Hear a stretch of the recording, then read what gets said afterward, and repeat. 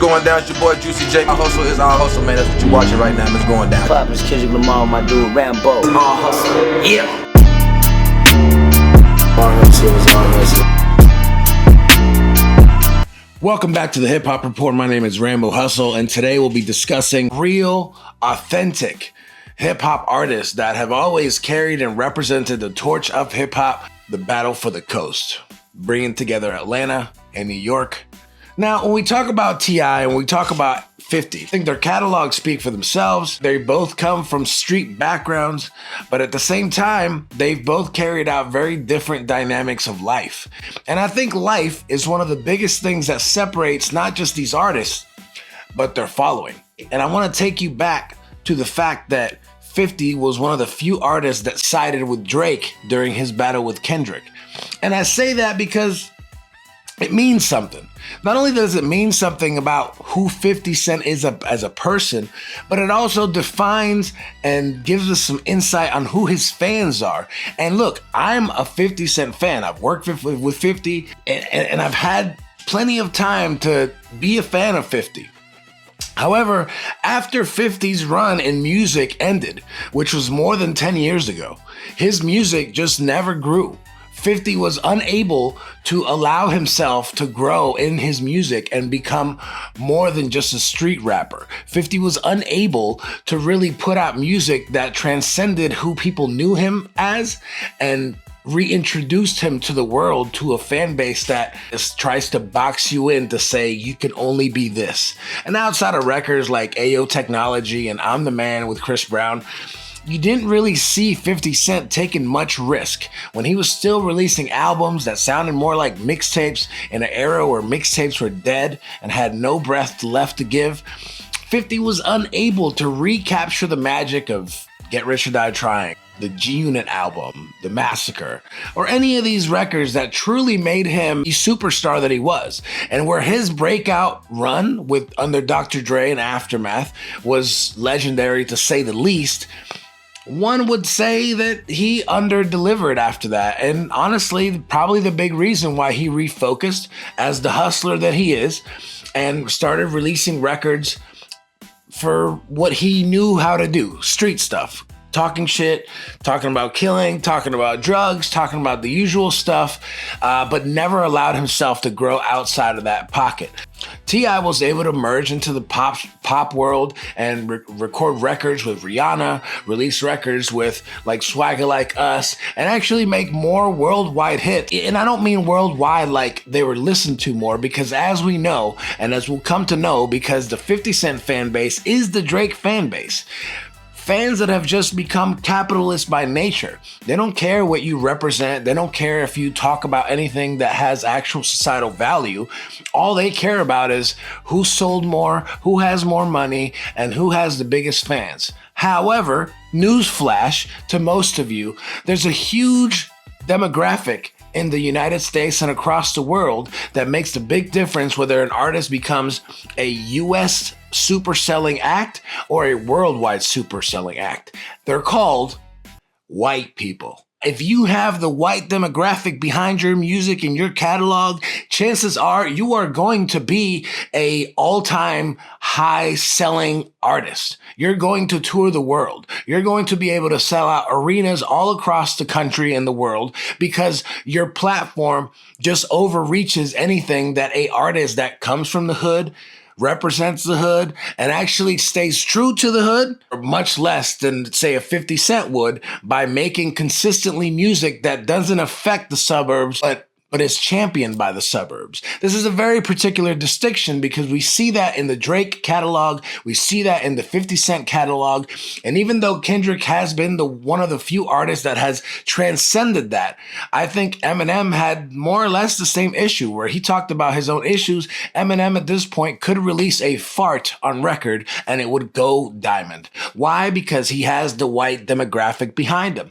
which they don't care. They're going to listen to and champion anything he does because, let's be honest, there's not a lot of other representation for the white demographic that hasn't gone into alternative rock or just fell off the face of the earth that they can actually say, hey, we are represented in hip hop. Jack Harlow doesn't count. Battles are not about who has the most numbers or who's the most successful or who has the most money. A battle should be a one-time fight, David and Goliath, to find out who has the most hits, who has the better music. And look, while 50 Cent has great music, and he makes great music, he's always been melodic, he's always transcended, he's never grown into his sound. Where T.I. has a lot of different dynamics and to me is just a better rapper across the board.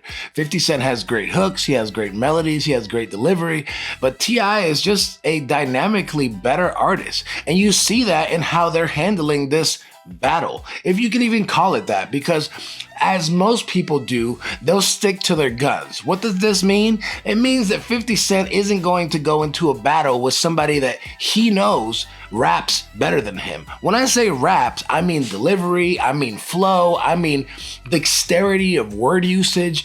50 Cent doesn't have that. Without 50 Cent's hooks, what do you have? 50 Cent's hooks is what makes 50 Cent 50 Cent. So never confuse 50 Cent, an amazing artist, with 50 Cent, an amazing lyricist. He's not that. He's a good rapper, but he's not an amazing lyricist where if you listen to T.I., even on commercial records, you go, damn. If you are a fan of hip hop for real, not a fan of hip hop that got to your suburb, not a fan of hip hop that you got to listen to even though your parents didn't want you to, so you snuck into the bathroom to listen to this shit on your whatever it is that you listen to in your generation. When you listen to hip hop and you truly champion hip hop for what it is and what it should be, not rap music, and let's make that distinction very clear, you know what is better and what is not as good. I went through the catalogs, I went through T.I., I went through 50, and I found that T.I. had about 27 hit records. Records that not hits by my standards, hits by the world standards. There's records of 50 that I love that just aren't hits, but we're talking about hits. We're talking about worldwide hits that transcend this demo or that demo, and unfortunately, because of the numbers, a lot of you are trying to inflate skill with sales. When we talk about battles, we can't inflate skills with sales. The catalog speaks for itself. I went through the albums. I saw records like What Up Gangsta, Patiently Waiting, Met Many Men, In the Club, If I Can't, PIMP, 21 Questions, Wanksta, Stunt 101, Wanna Get to Know You with Joe, Smile, I Smell, Candy Shop, Get in My Car, Disco Inferno, Just a Little Bit, Hate It or Love It, Window Shopper, When It Rains It Pours, which may or may not be able to be in there in the first place. I'm the Man, Ayo Technology, I Get Money. Also saw records like Dope Boys, Hands Up, 24s, Rubber Band Man, Let's Get Away, I Can't Quit, Bring 'Em Out, You Don't Know Me, Motivation, The King, Ride With Me, What You Know, Front and Back, Bitch Shit Poppin', Swagger Like Us, Whatever You Like, Live Your Life, Let 'Em Know, the newest one, Top Back, ASAP, My Love with Justin Timberlake, Blurred Lines, Fancy, Soldier, and About the Money with Young Thug. And with no bias, and as I added even features into this,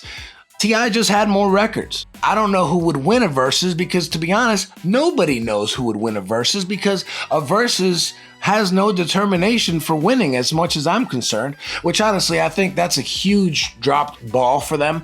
I think Versus could easily do a on your phone voting. I think they could have people call in. There's so many things that Versus could do to raise money and to champion the community and to actually create an actual winner by the people at home watching and listening. And they just refuse to do that. And I think that's a huge problem with Versus because if somebody's battling, what's more important than a solution, than a resolution? How can you determine who's actually going to win the thing? T.I. has bangers. 50 has good songs. Let's talk about what they represent. T.I. represents the streets, T.I. represents the trap, and T.I. has evolved himself into a family man. He's had a show on TV that was representative of his family, that gave insight to his family. In this battle, his sons have came out and fought and rebutted and went to war with 50 over his attack on his mother. And to be disrespectful in this case, especially of a woman, just showcases that you haven't allowed yourself to grow up. And so a lot of you are on the internet fighting for 50 and arguing for 50, when in reality, if 50 dropped a record today, you wouldn't even listen to it. You just like what 50 represents. You just like the idea that 50 is this all money making hustler. And by all means, he is successful in movies, successful on TV, successful in selling products, successful in selling liquor. Damani, to me, made the best record. King has been the most active on dissing 50. But everything they're saying is factual. I don't think not caring what people think about you is a flex. We live in a different world. We live in a world where caring what people think allows you to build relationships. What relationships does 50 have outside of billionaires that pay him money? They don't care about him. They just use him because he establishes credibility in a field that they can never even play on. Great artists, great catalogs.